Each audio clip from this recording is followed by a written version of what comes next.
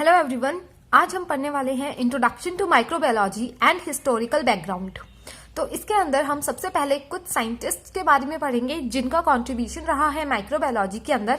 सबसे पहले हम पढ़ते हैं लुईस पैस्चर के बारे में। अगर हम बात करें लुईस पैस्चर, तो इनके कंट्रीब्यूशन के ऊपर पूरा का पूरा एक शॉर्ट नोट भी आ सकता है, तो आप इसको पॉइंट्स के अंदर लिखिएगा और इसको इसी तरीके से अगर हम आंसर में लिखते हैं तो काफी स्कोरिंग आंसर हमारा हो जाएगा। सबसे पहला पॉइंट है कि Louis Pasteur is known as father of microbiology. ठीक है, ये एमसीक्यू में भी आ सकता है क्योंकि न्यू पैटर्न जो सीपीएमई का फॉलो हो रहा है उसके अंदर एमसीक्यूज भी आते हैं एंड एमसीक्यू के अंदर ये क्वेश्चन आ सकता है कि लुईस पैस्चर जो है he is known as father of microbiology. Second, he coined the term microbiology. ठीक है, एंड इन्होंने ये भी बताया था कि जो बैक्टीरिया है वो एक प्री एग्जिस्टिंग बैक्टीरिया से ही फॉर्म होगा। मतलब पहले ये माना जाता था कि जहां पर भी गंदगी होगी या फिर गंदी हवा या फिर जहां पे भी गंदगी होगी वहां पे अपने आप बैक्टीरिया अराइज हो जाएंगे, लेकिन ऐसा नहीं होता है। ठीक है, इन्होंने ये चीज बताई थी कि जहां पे ऑलरेडी पहले से बैक्टीरिया एग्जिस्ट करेगा वहीं से नया बैक्टीरिया जो है वो अराइज होगा, क्योंकि आपको पता ही है कि बैक्टीरिया डिवाइड करता है बाइनरी फिशन के थ्रू एंड उसके बाद ही न्यू बैक्टीरिया बनते हैं। तो कोई भी डी नोवो सिंथेसिस नहीं होती है बैक्टीरिया की, ये चीज इन्होंने बताई थी। इन्होंने फर्मेंटेशन के बारे में बताया था कि फर्मेंटेशन जो है वो काफी सारे माइक्रोब्स की वजह से होता है। डिफरेंट टाइप्स के फर्मेंटेशन जो होते हैं उनके लिए डिफरेंट टाइप के माइक्रोब्स की रिक्वायरमेंट होती है। नेक्स्ट, इन्होंने स्टीरिलाइजेशन टेक्निक्स के बारे में बताया था। ठीक है, क्योंकि इन्होंने माइक्रोबायोलॉजी बताई थी तो आपको पता ही है अगर किसी भी चीज को हमें स्टीराइल करना है तो उसके लिए हमें जरूरी है कि हम जितने भी माइक्रोब्स हैं उन सबको मार दें। तो इन्होंने स्टीरिलाइजेशन टेक्निक्स के बारे में बताया था। उसके बाद नाम, इन्हीं के नेम के ऊपर इस टेक्निक का नाम है, इन्होंने हमें बताया था पैस्चराइजेशन टेक्निक के बारे में। तो इन्होंने बताया था कि पास्चराइजेशन टेक्निक एक्चुअली होता क्या है कि हम फर्स्टली हीट करते हैं किसी भी चीज को एंड उसके बाद सडनली कूल करते हैं।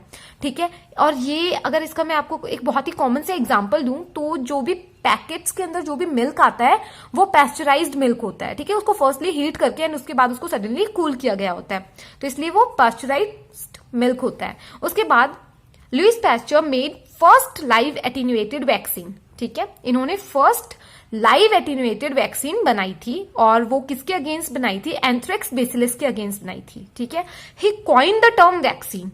उसके बाद वैक्सीन अगेंस्ट रेबीज।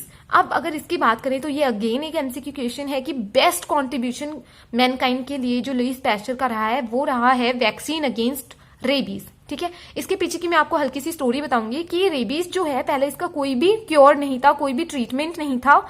तो हुआ ये कि ये एक्चुअली अपनी रिसर्च कर ही रहे थे और इनको इस वैक्सीन के लिए अप्रूवल भी नहीं मिला था, लेकिन वहां जहां पे भी ये रहते थे वहां पे किसी लेडी थी, उनके बेटे को डॉग ने बाइट कर लिया था। उसकी वजह से हुआ ये कि अब तो ये हो गया था कि अब तो उसकी डेथ ही होगी, क्योंकि रेबीज का पहले ऐसा होता था कि अगर किसी को रेबीज हो गया है तो उसकी डेथ ही होगी, उसका कोई ट्रीटमेंट नहीं है।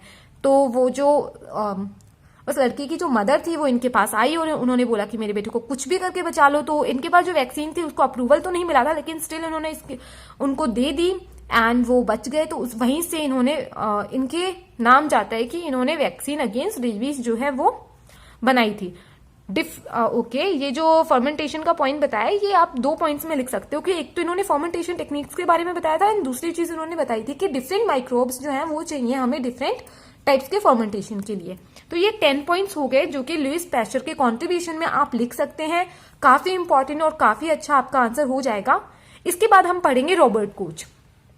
रॉबर्ट कोच जो है ये भी काफी इंपॉर्टेंट, इनके ऊपर क्वेश्चंस आ सकते हैं। देखिए, रॉबर्ट कोच की अगर हम बात करें तो पहले तो हम इनके कॉन्ट्रीब्यूशंस के बारे में पता करेंगे एंड उसके बाद कोच पोस्टुलेट्स क्या होते हैं। ठीक है, रॉबर्ट कोच के कॉन्ट्रीब्यूशंस पे भी शॉर्ट नोट आ सकता है या फिर सिर्फ कोच पोस्टुलेट्स पे भी शॉर्ट नोट आ सकता है। तो रॉबर्ट कोच की अगर हम बात करें तो he is known as father of bacteriology. ठीक है, याद करना इजी है क्योंकि माइक्रोबायोलॉजी के लिए आप रॉबर्ट कोच याद रखिए।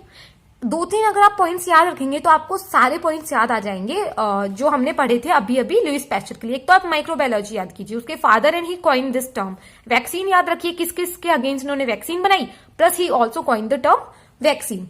तो ऐसे करके आप ये 10 पॉइंट्स अच्छे से याद कर सकते हैं। रॉबर्ट कोच का अगर आपको याद रखना है तो बैक्टीरिया याद रखिए आप। ठीक है, तो he is known as father of bacteriology. He introduce the staining technique for bacteria.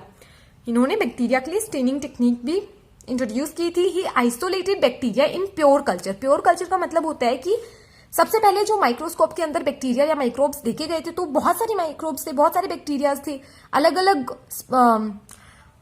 अलग टाइप के थे। फॉर एग्जाम्पल कोई बेसिलस था, कोई कोकस था, लेकिन इन्होंने क्या किया था कि एक ही बैक्टीरिया की कॉलोनी बनाई थी, ठीक है, प्योर कल्चर। जैसे वहां से एक बैक्टीरिया उठाया एंड उसको कल्चर के अंदर डाल दिया तो उसने अपने टाइप के ही और बैक्टीरिया बनाई, तो वो प्योर कल्चर हो जाएगा। ही इंट्रोड्यूस द यूज ऑफ एगार। इन्होंने एगार का जो यूज था उसको इंट्रोड्यूस किया। He discover 3 important bacteria. 3 important bacteria इन्होंने डिस्कवर किए थे, जिसमें से एक है mycobacterium tuberculosis, second is Vibrio cholerae and Bacillus anthracis. He gave us the Koch postulates which help to prove or disprove whether a bacteria was the causative agent for disease or not. अब क्या है कि bacteria के बारे में पता चला कि जितनी भी डिजीजेस होती हैं वो माइक्रो ऑर्गेनिजम्स की वजह से होती हैं, वरना पहले ये चीज पता नहीं थी कि माइक्रो ऑर्गेनिजम्स की वजह से डिजीजेस होती हैं। तो ये चीज जब पता चली कि बैक्टीरिया वगैरह की वजह से डिजीजेस होती हैं तो उसके बाद और भी ज्यादा प्रॉब्लम्स आने लगी। लोग जो थे वो ये सोचने लगे कि यार मतलब कंट्रोवर्सीज होने लगी। कुछ लोग कहते थे कि इस बैक्टीरिया की वजह से ये डिजीज होती है, अदर जो थे वो ये कहते थे कि नहीं, इस बैक्टीरिया की वजह से ये डिजीज हो रही है। तो इन्होंने कुछ पोस्टुलेट्स निकाले जिससे कि हम एक कंक्लूजन पे पहुंच सके कि कौन सा बैक्टीरिया कौन सी डिजीज कोज करता है, ठीक है। तो उनको हम बोलते हैं कोच पोस्टुलेट्स। अब कोच पोस्टुलेट्स में क्या होता है, हमें पता करना है कि हमारे पास कोई डिजीज है, कि इस डिजीज का पॉजिटिव ऑर्गेनिज्म कौन सा है। तो उसके लिए उसे सर्टेन क्राइटेरिया है वो फॉलो करने पड़ेंगे। तो उसमें से सबसे फर्स्ट क्राइटेरिया है कि bacteria has to be constantly associated with the lesions of the disease. जो भी डिजीज हो रही है उसकी वजह से जो भी लीजन्स हो रहे हैं तो उससे एसोसिएटेड सेम बैक्टीरिया को कॉन्स्टेंटली होना पड़ेगा। अगर 10 लोगों में वो डिजीज हो रही है तो 10 लोगों में वो बैक्टीरिया होना चाहिए, ठीक है। The organism should be isolated in pure culture. अब अगर जिसको भी वो डिजीज हुई है उससे अगर हम वो बैक्टीरिया निकालें तो उससे प्योर कल्चर मतलब वो अपने टाइप की कॉलोनीज बना पाए, ठीक है।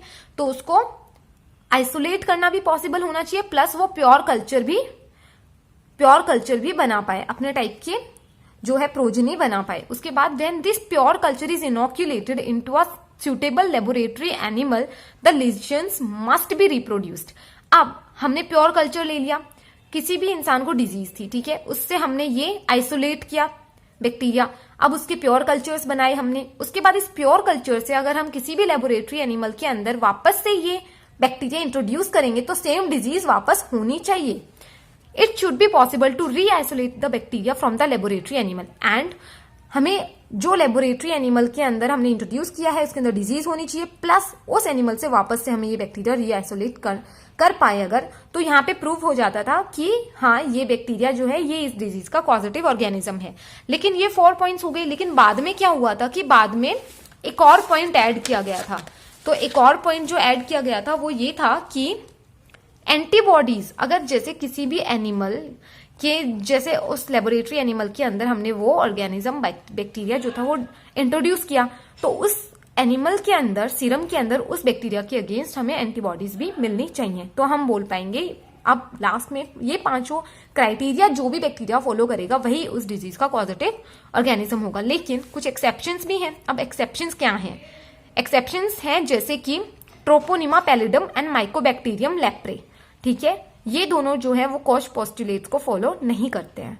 This can not be cultivated in routine cultures, क्योंकि ये एक्सेप्शन एग्जैक्टली है क्या कि ये कल्चर्स में हम इनको कल्टिवेट नहीं कर सकते।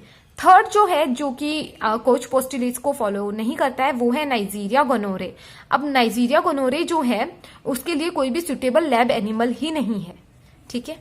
अब उसके बाद रॉबर्ट कोच के कॉन्ट्रीब्यूशंस में आप एक और लिख सकते हैं कि he introduce the concept of hyper sensitivity and called it Koch phenomena. तो ये तो हो गए इंपॉर्टेंट 2 साइंटिस्ट के बारे में हमने पढ़ लिया। इसके बाद आपको एक 2 line MCQ point of view से याद होनी चाहिए। 1-2 साइंटिस्ट और हैं जैसे अलेक्जेंडर फ्लेमिंग। तो अलेक्जेंडर फ्लेमिंग आप सबको पता है कि इन्होंने पेनिसिलियम जो थी एंटीबायोटिक है उसको एक्सट्रैक्ट किया था स्टेफिलोकोकस से, तो ये इनका बहुत ही बड़ा कंट्रीब्यूशन रहा है। उसके अलावा रोनाल्ड रोज के बारे में पता होना चाहिए। इन्होंने स्टडी किया था एंड प्रूव किया था life cycle of malarial parasite.